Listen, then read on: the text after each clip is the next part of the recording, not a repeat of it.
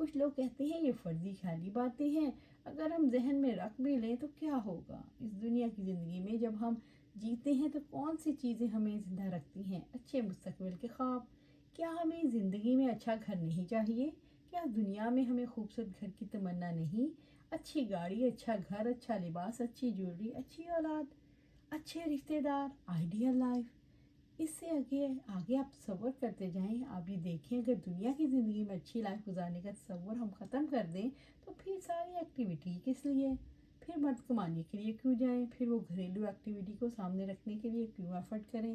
یہ سب کچھ اسی لیے تو ہے، ہم سب ایک اچھی زندگی جینا چاہتے ہیں۔ اللہ سبحانہ تعالیٰ سے دعا ہے کہ ہم اس دنیا کی بجائے آخرت کی زندگی کو اپنے سامنے رکھیں، وہ کام کریں جو اللہ ہم سے چاہتا ہے، اور ان کاموں کو چھوڑ دیں جن کو اللہ ہم سے نہیں چاہتا کہ ہم کریں۔ اللہ سبحانہ تعالیٰ ہمیں قرآن و سنت پر عمل کرنے کی توفیق دے اور اس پر جما دے، آمین یا رب العالمین۔